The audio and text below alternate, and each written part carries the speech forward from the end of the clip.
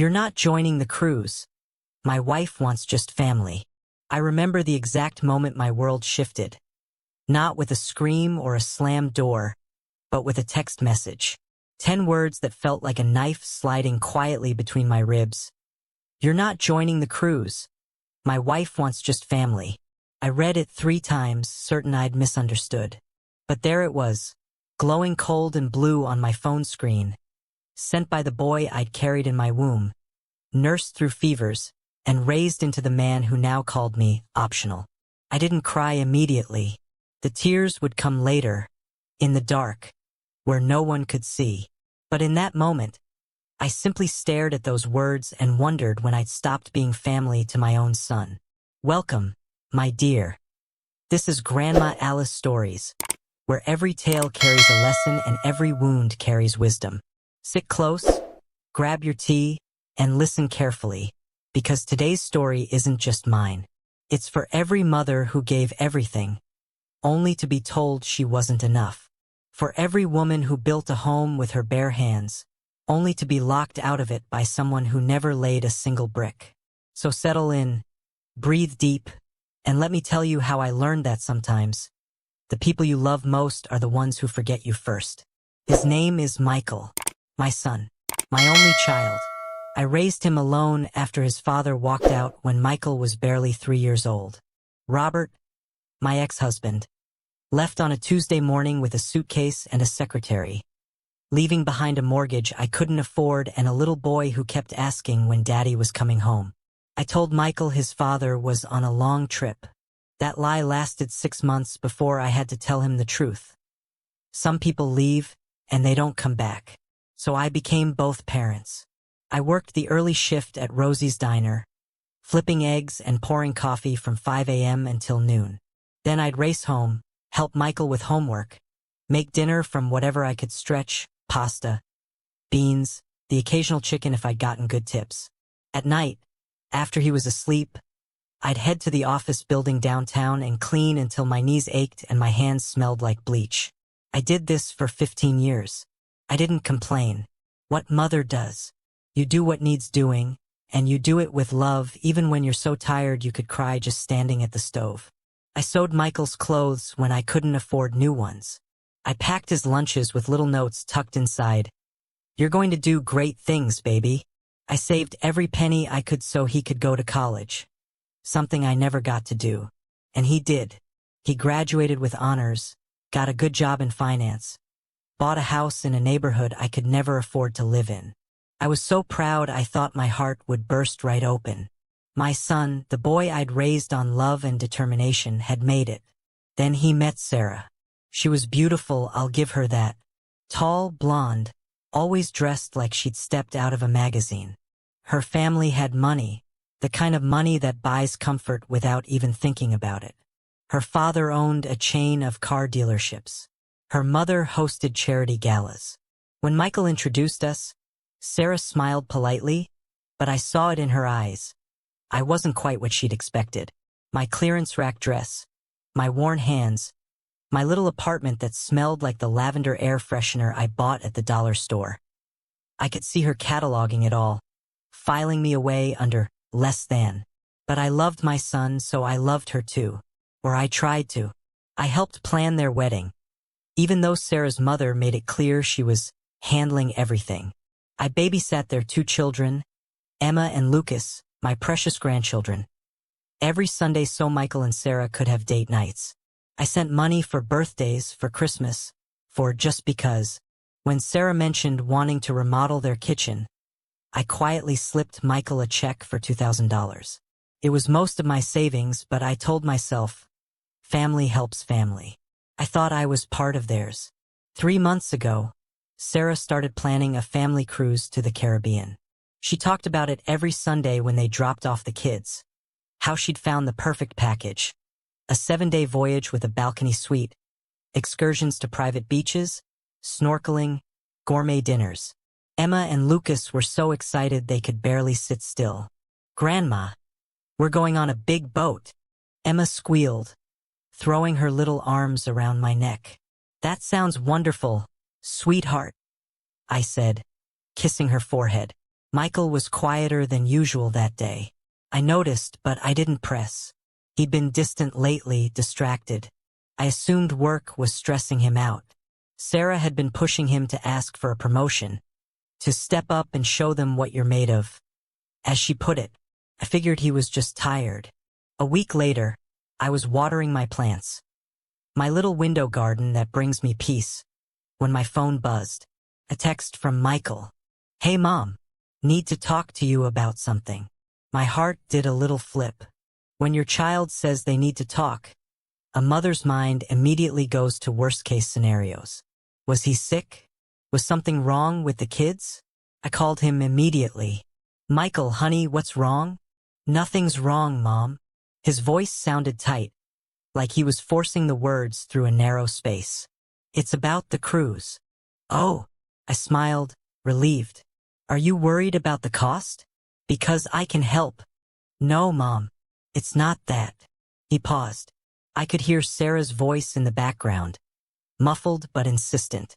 "It's just, Sarah and I have been talking, and we think this trip should be just for our immediate family. You know, to really bond as a unit. Just the four of us." I stood very still, my watering can suspended midair. "Immediate family," I repeated slowly. "Yeah, I mean, you understand, right? It's important for us to have this time together. Just me, Sarah, and the kids." I felt something crack inside my chest. Not loudly, not dramatically, but like ice splintering under too much weight. Quiet. Inevitable. "I see," I said. "You're not mad, are you?" He sounded almost hopeful, like he wanted permission to believe this was fine. "No, sweetheart. I'm not mad. And I wasn't.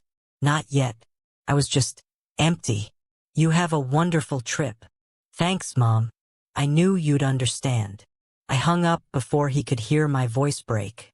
I sat down at my kitchen table, the same table where I'd fed him countless meals, helped him with algebra homework, listened to his teenage heartbreaks, and I finally let the tears come. Not because I was angry, not even because I was hurt, though I cried because in that moment, I realized my son had learned to see me through his wife's eyes. And in those eyes, I was no longer essential. I was optional, disposable, not immediate family, just someone on the outside. For 27 years, I had built my entire life around being his mother.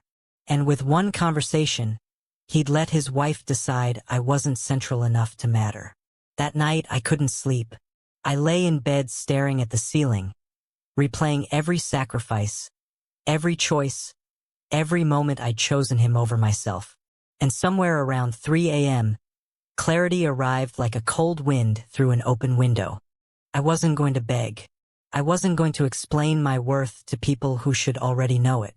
But I also wasn't going to pretend this hadn't changed everything. Because it had. And what Michael didn't know yet, what neither of them knew, was that when you tell someone they're not family, you can't be surprised when they start believing you. I picked up my phone and opened our family text thread.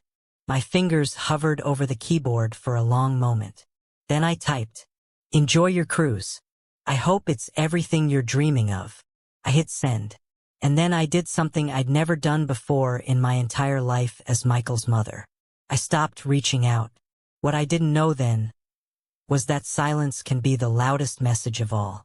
And sometimes, people don't realize what they've lost until the foundation they've been standing on quietly walks away. The first Sunday after the text, I waited. I made my usual preparations. Blueberry muffins cooling on the counter, fresh lemonade in the pitcher, the living room tidied and ready for the chaos that two small children always bring.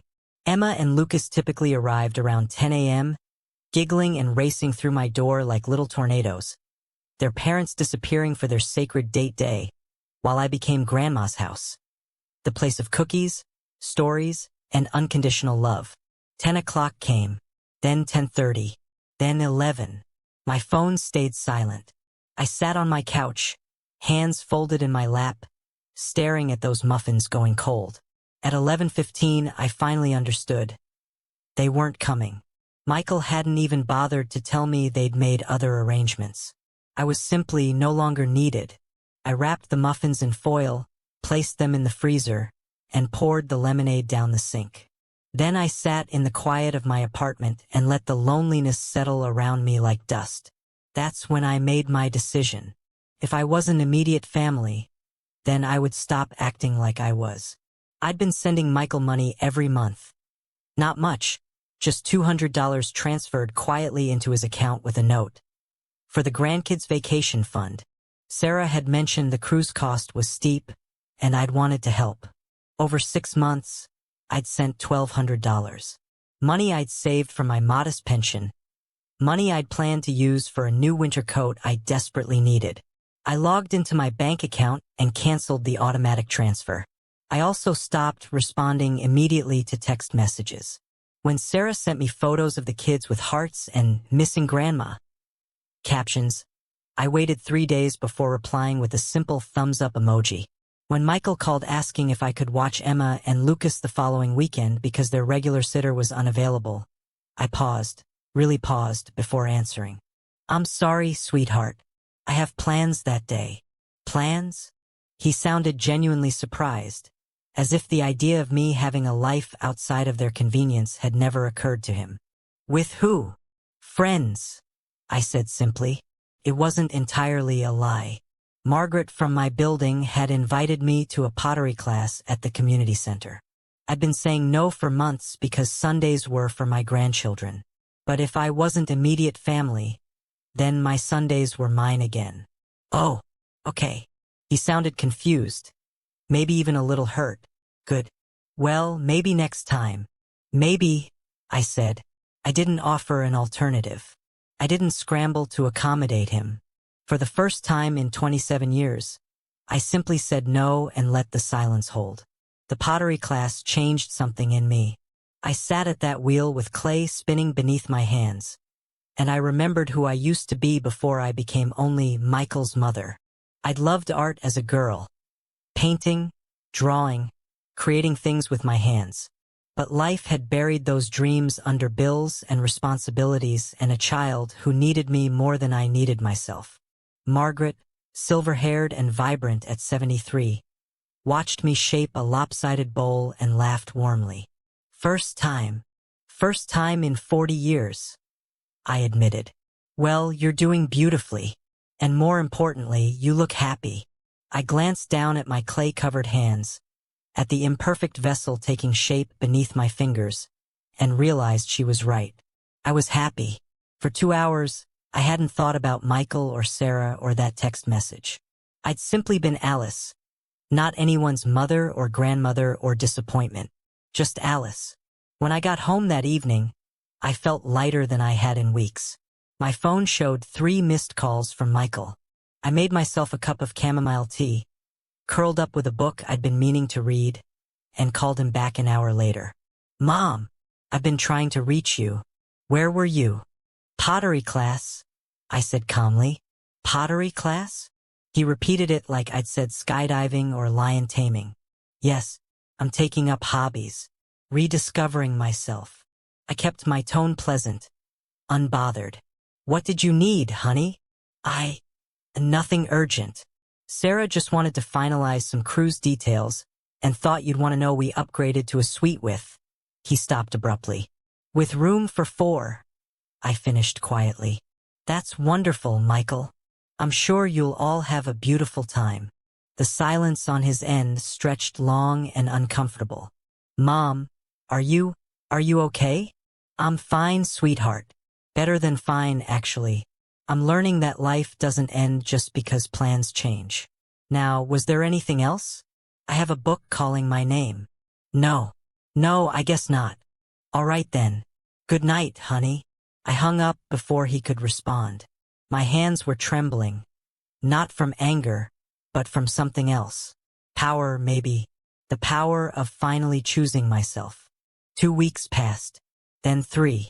The cruise was approaching, and I noticed the shift in Michael's calls. He was checking in more frequently, his voice carrying an edge of uncertainty I'd never heard before. Small talk that felt like testing. Was I still there? Was I still his mother, waiting patiently in the wings? I was there. But I wasn't waiting anymore.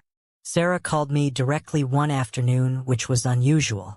She typically communicated through Michael or cheerful text messages with excessive exclamation points. Alice. Hi. Her voice was bright but strained. I hope I'm not catching you at a bad time? Not at all. What can I do for you, Sarah? Well, I was just thinking. The kids have been asking about you. Emma especially. She keeps saying she misses Sunday mornings at Grandma's house. She laughed, but it sounded hollow. I wondered if you'd like to have them over this weekend? I know it's been a while. Because you didn't want me on your family cruise, I thought. Because immediate family didn't include me until you needed something. This weekend, I said thoughtfully. I'm afraid I can't, dear. I've signed up for a watercolor workshop on Saturday, and Sunday I'm having brunch with friends from my building. But perhaps another time. Oh, the word came out small, deflated. Of course, another time. I could hear the confusion in her voice. The calculation happening in real time. What's happening? Why isn't she available? Why isn't she jumping at the chance to help us? Sarah, I said gently, I hope you and Michael are getting excited about your trip. Only 2 weeks left, isn't it? Yes, 2 weeks. She paused. Alice, I hope there are no hard feelings about the cruise. It really is just about us bonding as a nuclear family unit. Of course, I interrupted smoothly. No hard feelings at all. You made your priorities very clear, and I respect that. In fact, it's helped me clarify my own priorities. So truly thank you. You're welcome? She sounded uncertain whether she'd just been thanked or dismissed. Give my love to the children, I said warmly. Goodbye, Sarah. I hung up and exhaled slowly. My heart was pounding, but not from anxiety, from strength, from the realization that I'd spent decades being available, accommodating, endlessly giving. And no one had ever asked if I needed anything in return. They'd simply assumed I'd always be there, like furniture, functional, forgettable. Well, furniture can be removed. And sometimes the empty space it leaves behind is when people finally notice what they had. 1 week before the cruise, Michael showed up at my apartment unannounced. I answered the door in my paint-stained smock, hands still damp from cleaning brushes. Behind me, my living room had transformed. Canvases leaning against walls, art supplies scattered across my coffee table, a half-finished watercolor of the sunrise drying by the window. Michael stared past me, eyes widening. Mom, what is all this? My art, I said simply. Come in, sweetheart. I just made tea. He followed me inside, looking around like he'd entered a stranger's home.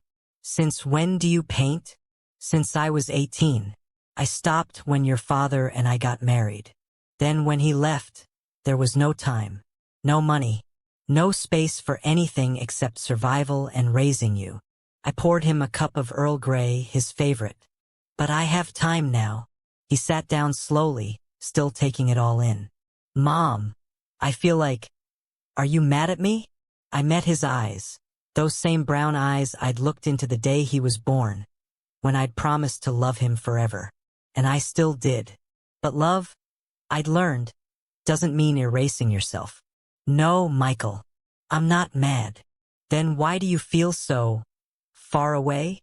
I set down my teacup carefully. You told me I wasn't immediate family, so I stepped back. I'm giving you exactly what you asked for, space to bond with your nuclear family unit. I used Sarah's words deliberately, and I saw him flinch. Mom, I didn't mean. You did mean it, honey. Or Sarah did, and you agreed.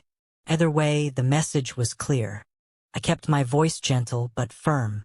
I'm not angry. I'm just no longer confused about where I stand.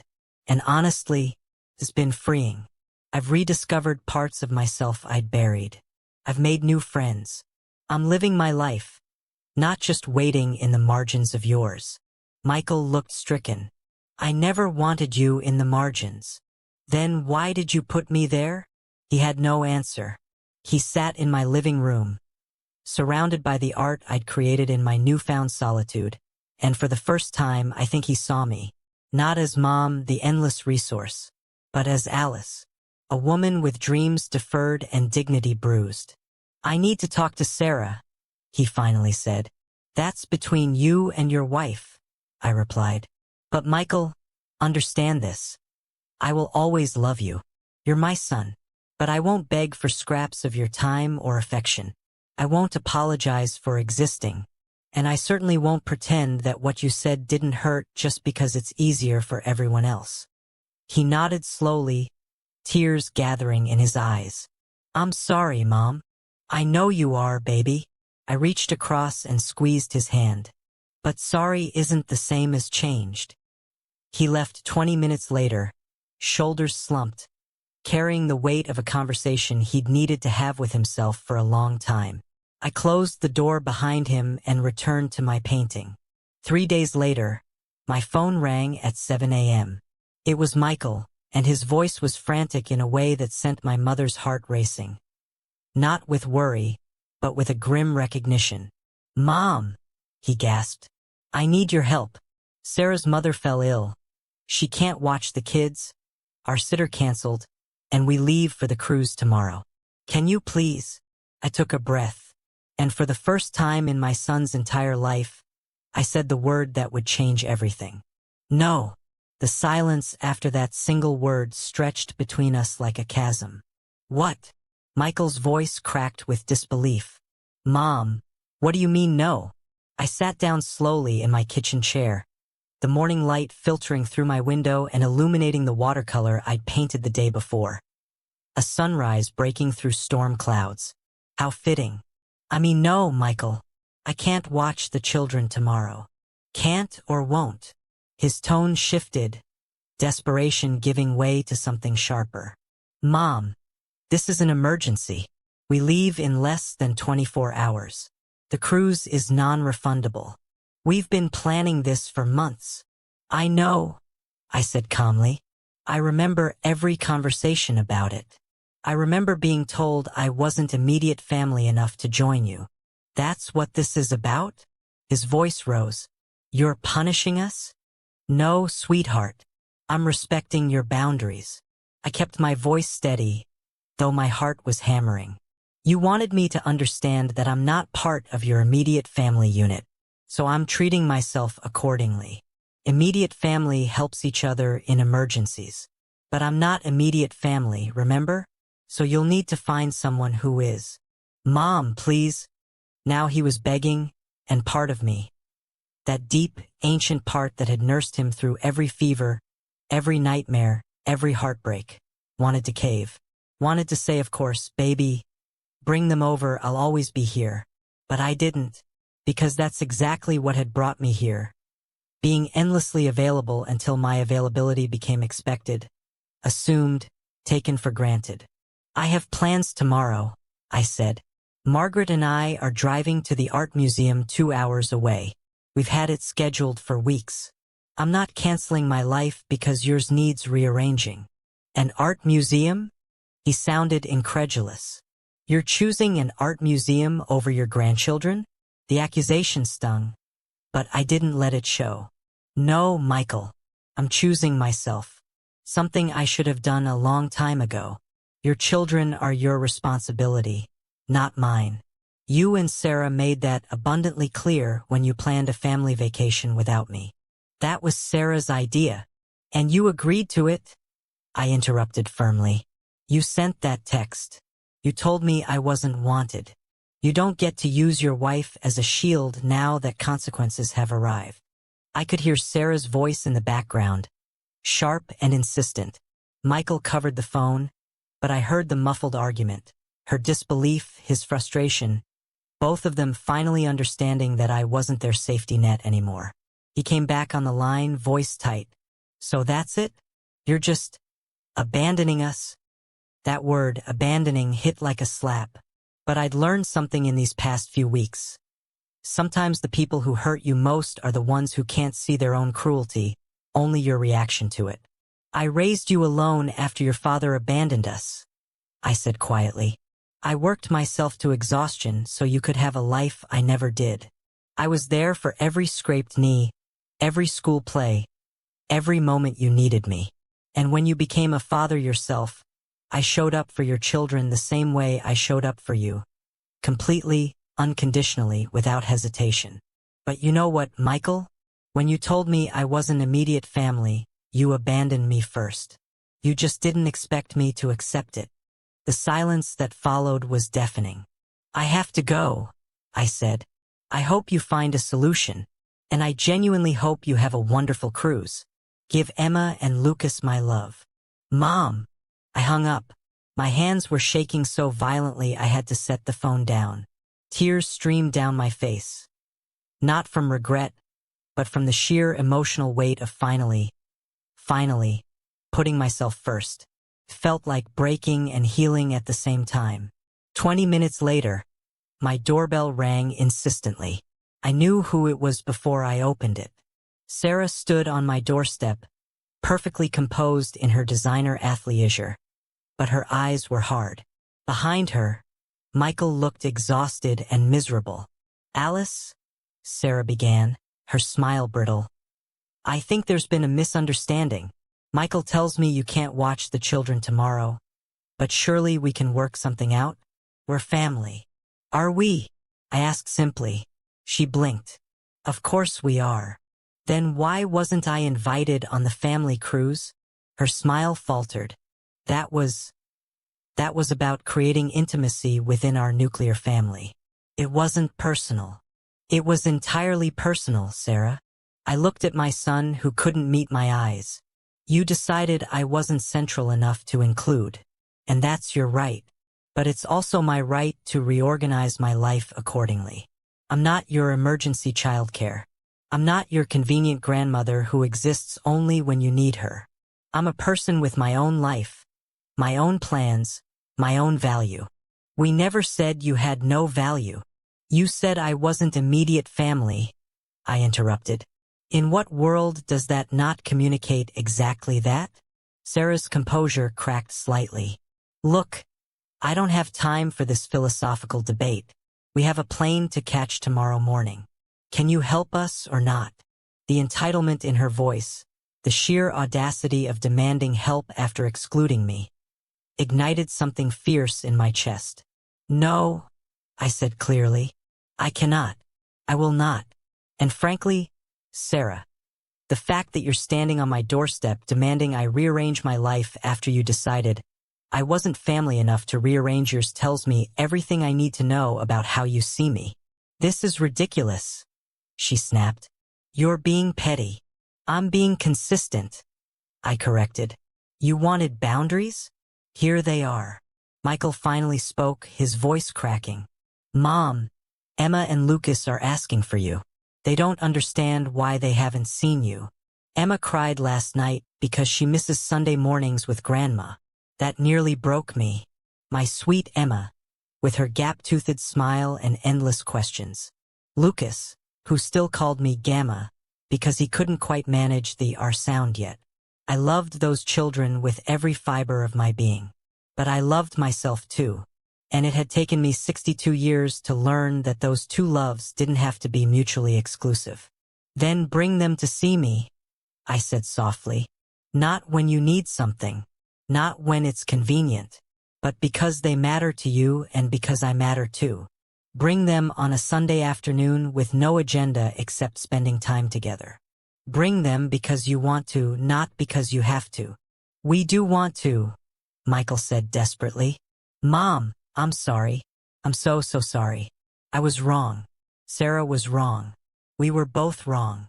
I looked at my son, my beautiful, flawed human son, and saw genuine remorse in his eyes. But I also saw something else. The realization that apologies without changed behavior are just words. Then prove it, I said. Go on your cruise. Have your family bonding time. And when you come back, show me through your actions, not your emergency phone calls, that I matter, that I'm not just a convenience or a backup plan, but an actual member of this family you keep talking about. Sarah started to protest, but Michael put a hand on her arm. Something had shifted in him. Some understanding that this wasn't a battle he could win with pressure or guilt. "Okay," he said quietly. "Okay, Mom. You're right. About everything." Sarah's mouth fell open. "Michael, what are we supposed to?" "We'll figure it out," he said firmly. "We'll cancel the cruise if we have to, or postpone it. But we're not doing this. We're not guilting my mother into saving us from a situation we created." I watched something remarkable happen. My son, for perhaps the first time in his marriage, stood up for me. He chose me, not because it was easy or convenient, but because it was right. Sarah's face went through several emotions: shock, anger, calculation, and finally, a grudging acceptance. "Fine," she said coldly. "But this conversation isn't over, Alice." "Yes, it is," I said calmly, "because I'm not negotiating my worth anymore. Not with you. Not with anyone." They left. Sarah stormed to their car, but Michael paused on my doorstep. He looked at me with tears streaming down his face. My baby, my boy, finally seeing me clearly. "I love you, Mom," he whispered, "and I'm going to do better. I promise." "I love you too, sweetheart." I touched his cheek gently. "And I'm going to hold you to that promise." They didn't go on the cruise. Michael called me that evening to tell me they'd postponed it. Not canceled, but rescheduled for a time when they could arrange proper childcare without expecting me to sacrifice myself. Sarah was furious, according to him, but he'd stood firm. "She'll forgive me eventually," he said. "But I needed to do this. For you. For us." 3 days after their canceled cruise, Emma and Lucas showed up at my door on a Sunday morning. Not because their parents needed a babysitter, but because Michael had specifically arranged it as grandma time. Just them and me. No agenda. No emergency. Emma threw her arms around my waist. "Gamma, I missed you so much. Can we make muffins?" "Absolutely, sweetheart." I kissed the top of her head, breathing in her strawberry shampoo scent. "We can make anything you want." Lucas held up a drawing he'd made. A stick figure with gray hair surrounded by hearts. "This is you, Gamma, because you're my favorite." My eyes filled with tears. "You're my favorite too, baby." As we mixed flour and sugar, as Emma chattered about kindergarten and Lucas covered himself in blueberry juice, I felt something profound settle in my chest. Peace. Not the peace of avoiding conflict, but the peace of knowing my worth and demanding others see it too. Michael arrived that evening to pick them up. Sarah wasn't with him. "She's cooling off," he explained. "But we had a long talk, a really long talk, about respect and priorities and how we've been treating you." He paused. "She's agreed to family therapy, and she wants to apologize to you, properly, when she's ready." "I'll be here," I said. "When she's ready. When you're ready." "I'm not going anywhere, Michael. But I'm also not going back to being invisible." He hugged me tightly. "You were never invisible, Mom. We were just blind. But I'm seeing clearly now. I promise." 6 months later, Sarah did apologize. It was awkward and uncomfortable, but it was real. We're rebuilding slowly, carefully, with boundaries that protect us both. The cruise was rescheduled, and this time they asked if I'd like to join them. I politely declined. Not out of spite, but because I'd booked my own trip. A solo art retreat in Vermont where I'd spend a week painting, creating, and continuing to discover who Alice is beyond Michael's mother. Emma and Lucas come over every Sunday now. Michael and Sarah joined us for dinner last week, and for the first time, I felt like a guest in my son's life instead of a servant. It's not perfect, but it's real, and it's built on something I'd almost forgotten existed: mutual respect. People ask me sometimes if I regret standing my ground, if I wish I'd just watched the kids, kept the peace, stayed small and accommodating. I tell them this: you can't pour from an empty cup. And I'd been pouring from mine for so long that I'd forgotten I was allowed to fill it again. My son learned a hard lesson that day: that love without respect is just obligation wearing a mask. That family isn't a one-way street where one person gives and gives and gives until there's nothing left. That the people who raise you, who sacrifice for you, who build you up from nothing, those people deserve more than being told they're not immediate family. And me? I learned that it's never too late to choose yourself. That boundaries aren't walls. They're bridges to healthier relationships. That sometimes the most loving thing you can do is say no. Because true family doesn't keep you on standby for emergencies. True family makes room for you at the table, even when it's inconvenient. Especially then. Thank you for sitting with me through this story, dear ones. If it touched your heart, if it reminded you of your own worth, I hope you'll subscribe to Grandma Alice Stories for more tales of life, love, and the lessons we learn when we finally put ourselves first. Every story here carries a truth, and every truth carries healing. Until next time, remember, you are never too old, never too late, and never too much to choose yourself. With all my love, Grandma Alice.